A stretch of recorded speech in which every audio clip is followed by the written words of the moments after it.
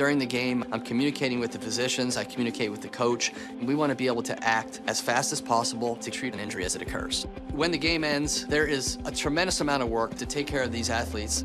We use research and science to drive our protocols. From injury prevention to the rehabilitation of injuries and the education of our athletes, we're giving our players the care that they deserve. We take that responsibility very seriously.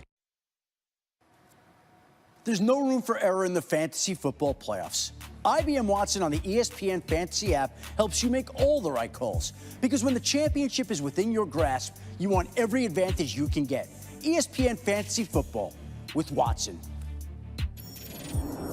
Which means it's time for making smarter decisions informed by IBM Watson. Who's smarter than Steve Young? Nobody. All right, so with that, it's our quarterback spotlight. And Steve, give me a quarterback with the best matchup this week. I know, don't panic. Eli Manning going to Washington. First of all, if Eli gets protected, he has weapons.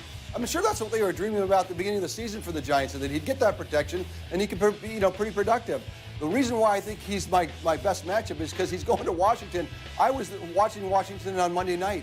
With Mark Sanchez, that team it was 14-13. I said, there's never been a bigger lead in the history of the game than 14-13 over the Redskins. They're not going to do anything, and they didn't, and they're not going to. So to me, the best matchup is play the Redskins right now because they're not going to score any points.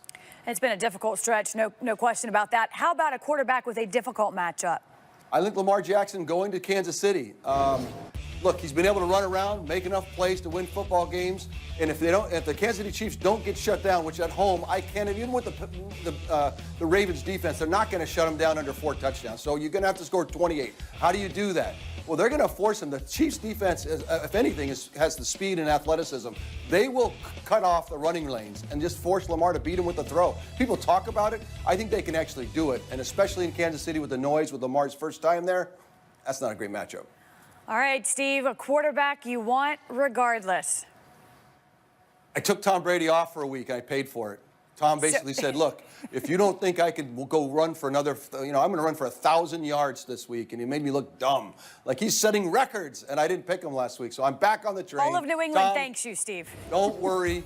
You spit out 5 yards last week, and you went for 1,000. And did you notice at the end of the game when he did the snap, the kneel down, he went for the not loss of 1 because he knew he wanted to stay 1,000 yards. You don't think Tom cares about the little things? Holy crap, watch out for that guy. All right, Steve, he's 7-9 against the Dolphins career-wise, 1-5 in December.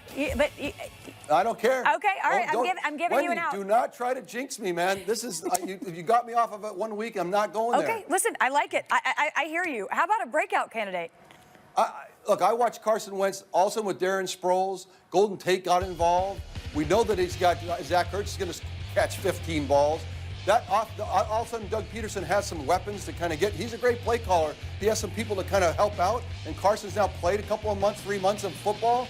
I just feel like the Eagles' offense is coming. Now, they go to Dallas. When I say breakout, I think the Eagles' offense is going to have their best game of the year. And we just hope that they're going to hope that it's enough to beat the great Cowboy defense. All right, Steve, quarterback bingo coming up. So you're not done just yet. We'll be back with you shortly. Right now, though, we'll turn to Adam Schefter with a storyline he's watching regarding our quarterbacks. Adam? Wendy, Sunday night, the Rams and Bears square off, and it looks like Mitchell Trubisky is going to be back behind center. That's his and the Bears' expectation right now is that Trubisky will be starting Sunday night in a big game in a potential playoff preview, Trubisky versus Jared Goff.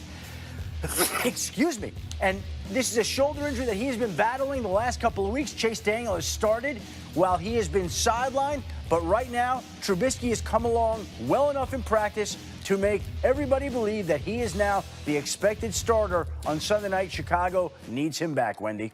They do indeed, and it can't be any sooner. Thank you, Adam Schefter. Still to come on NFL Live. Reuben Foster's accuser, Elisa Ennis, sat down for an exclusive interview with Good Morning America to discuss her relationship with Foster.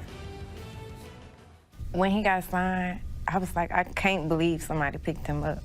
And I just couldn't believe somebody picked him up in less than how many hours? Like, I was shocked.